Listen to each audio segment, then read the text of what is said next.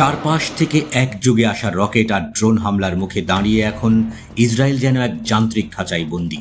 উত্তরে হিজবুল্লাহ, দক্ষিণে হামাস, আছে হুথিও, আর তার মাঝখানে ইসরায়েলকে আজ নিজেদের অস্তিত্ব টিকিয়ে রাখতেই চালাতে হচ্ছে সর্বাধুনিক প্রতিরক্ষা প্রযুক্তির পরীক্ষা। যুদ্ধক্ষেত্রে পরীক্ষিত আয়রন ডোম ব্যবস্থা এবার নতুন রূপে হাজির হয়েছে, কারণ প্রচলিত ব্যবস্থাগুলো আর আগের মতো কাজ করছে না। ইসরায়েল পরীক্ষামূলকভাবে দুটি আয়রন ডোম ব্যাটারি মোতায়েন করেছে, যেখানে প্রতিটিতে ছিল 20টি করে ইন্টারসেপ্টর। উদ্দেশ্য ছিল চারদিক থেকে আসা রকেট, ড্রোন, এমনকি ক্রুজ ক্ষেপণাস্ত্রের হুমকি মোকাবেলা করা। নতুনভাবে যুক্ত হয়েছে ELTA সিস্টেমের মাল্টিমিশন রাডার MMR। এই প্রযুক্তির মাধ্যমে একযুগে বিভিন্ন দিক থেকে আসা লক্ষ্যবস্তু শনাক্ত ও ধ্বংস করার সক্ষমতা বহুগুণে বেড়েছে। পরীক্ষায় দেখা গেছে কিছু ইন্টারসেপ্টর শত্রুর রকেটের পিছন গিয়ে পেছন দিক থেকেই ধ্বংস করেছে, যা ইসরায়েলের আগের প্রতিরক্ষা কৌশলে বিরল।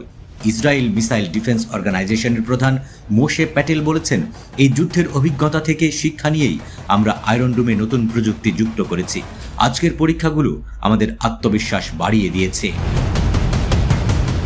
এই পরীক্ষার পেছনে যুদ্ধক্ষেত্রের চাপও বড় কারণ। গাজা সীমান্তে হামাসের রকেট, উত্তরে লেবানন সীমান্তে হিজবুল্লাহর রণপ্রস্তুতি, এমনকি ইয়েমেন থেকে হুথিদের দূরপাল্লার ড্রোন হামলা, সব মিলিয়ে ইসরায়েল এখন চতুর্দিক থেকে ঘেরাও হয়ে পড়েছে।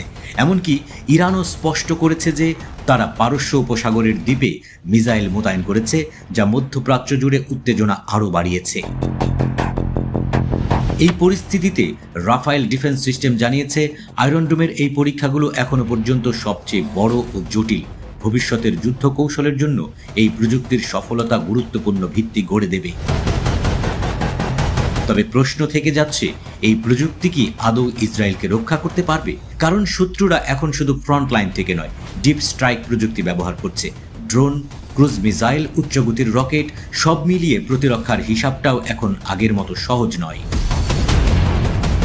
যুদ্ধবিধ্বস্ত গাজার বিপরীতে প্রযুক্তি নির্ভর ইসরায়েল এখন পরীক্ষা নিরীক্ষায় ব্যস্ত। কিন্তু বাস্তবতা হলো, যুদ্ধের মাঠে প্রযুক্তি যত উন্নত হোক, আকাশে একযোগে 200 থেকে 300 ক্ষেপণাস্ত্র ছোড়া হলে আয়রন ডোমও হিমশিম খাবে। আগেও সেই ঘটনা ঘটেছে। ফলে ইসরায়েলের সামরিক বিশ্লেষকরাও বলছেন, বর্তমান যুদ্ধ ইসরায়েলের অস্তিত্ব রক্ষার জন্য সবচেয়ে বড় চ্যালেঞ্জ।